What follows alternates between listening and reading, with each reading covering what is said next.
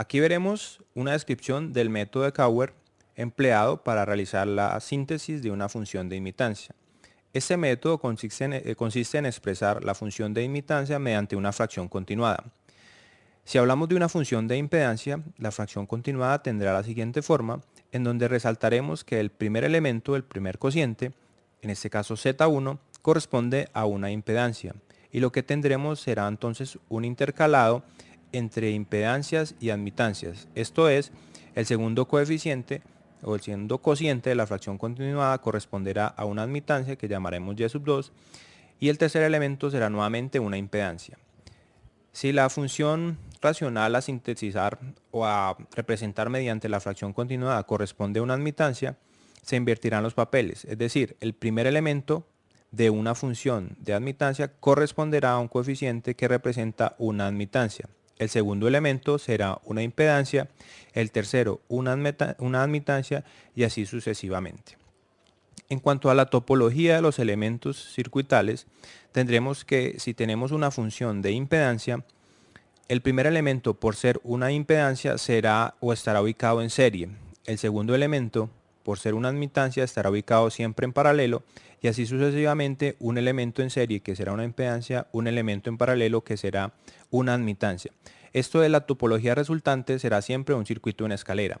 Para el caso de admitancia también será un circuito en escalera con la diferencia de que el primer elemento irá en paralelo por ser una admitancia.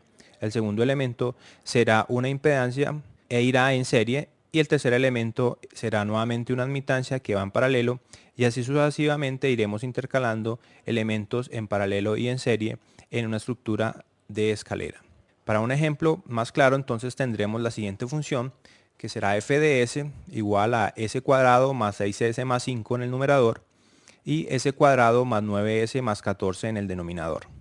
Si nosotros hiciéramos la fracción continuada de esto, teniendo en cuenta lo visto en los conceptos del polinomio de Hurwitz, veremos que no es realizable porque aparecen algunos coeficientes negativos. Lo que hacemos entonces es invertir esta función para poder realizar la síntesis de la función racional y realizar el ejercicio. Tendremos entonces que la función que puede ser realizada es f de s igual a s cuadrado más 9s más 14 en el numerador y s cuadrado más 6s más 5 en el denominador. Como vemos entonces hemos invertido numerador y denominador. La fracción continuada entonces realizando la descomposición tendrá como resultado que será y de s igual al primer elemento, el primer cociente será 1 más 1 sobre, aparece el segundo coeficiente, en este caso 1/3 de s más nuevamente 1 sobre el tercer coeficiente que será nuevamente 1 y así sucesivamente los coeficientes cuartos será 3/4 de s y el último será 4/5. Teniendo ya la fracción continuada, hace falta hacer la lectura para crear los elementos, determinar sus valores y establecer la topología. Como sabemos entonces la topología será siempre un circuito en escalera y podríamos hacer la lectura comenzando por el último elemento, en este caso 4/5. Para determinar si esto es una impedancia y una admitancia, pues primero hay que saber que estamos trabajando con una función de admitancia, por tanto el primer elemento será siempre una admitancia, el segundo será una impedancia y así sucesivamente, es decir, los coeficientes impares serán admitancias y los pares serán impedancias. Como tenemos 5 coeficientes, este último elemento será entonces una admitancia.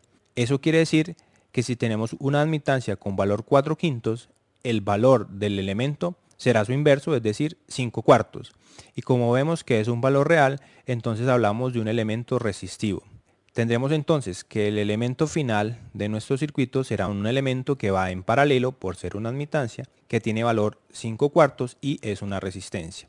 El siguiente elemento, el cuarto coeficiente, será entonces una impedancia que tiene valor 3/4 de s. 3/4 de s como impedancia implica que esto es un inductor y su valor será 3/4. Como es una impedancia, va en serie. El siguiente coeficiente corresponde a un 1. Sabemos que al ser una admitancia es un elemento que va en paralelo, que su valor es 1 y como es un valor real corresponde a una resistencia. El siguiente elemento será nuevamente una impedancia, 1/3 de s, eso quiere decir que es un inductor y su valor es 1/3. Y finalmente el primer elemento va en paralelo, es una admitancia con valor 1, por tanto es un resistor de valor 1.